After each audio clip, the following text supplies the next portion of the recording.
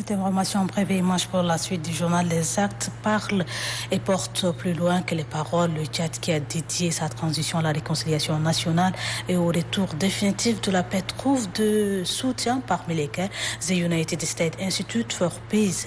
Cette organisation indépendante américaine reconnue pour son engagement en faveur de la paix dans les pays en difficulté, mais aussi pour l'impartialité de ses rapports sur des situations conflictuelles, est satisfait des avancées engrangées par le Tchad en matière de retour de la paix en cette période de transition que dirige le général Mohamed Idriss Déby Itno, après avoir délégué son vice-président à la section Afrique, Joseph Sani, en qualité d'observateur aux travaux du dialogue national inclusif et souverain. La présidente de l'UCIP, Madame Lise Grande, et tout son staff sont venus à la rencontre du chef de l'État, le général Mohamed Idriss Déby Itno, pour le féliciter et lui et tout le peuple tchadien pour leur aspiration à une paix définitive au pays. Dans cet élan, le soutien de l'UCIP ne fera pas défaut au Tchad.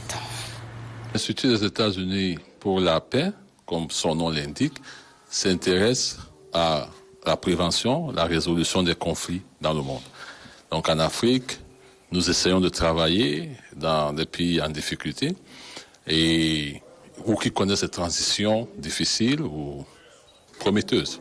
Et donc le Tchad, comme vous le savez, traverse une transition.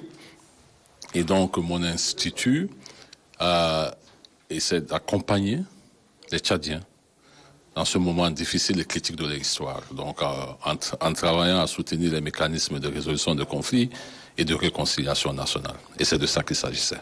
Elle est prometteuse, mais elle est difficile. Il faut le reconnaître.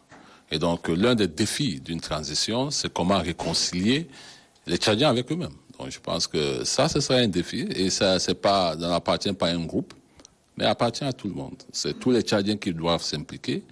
Et nous espérons que nous contribuerons à cette réconciliation-là, à permettre aux Tchadiens, à soutenir les Tchadiens dans cette voie difficile dans laquelle ils se trouvent.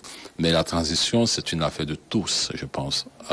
Elle doit être inclusive, c'est une affaire de tous. Le chef de l'État a expliqué sa vision de la transition, qu'il veut inclusive, qu'il veut pacifique. Il a insisté sur la paix, l'importance de la paix et de la sécurité.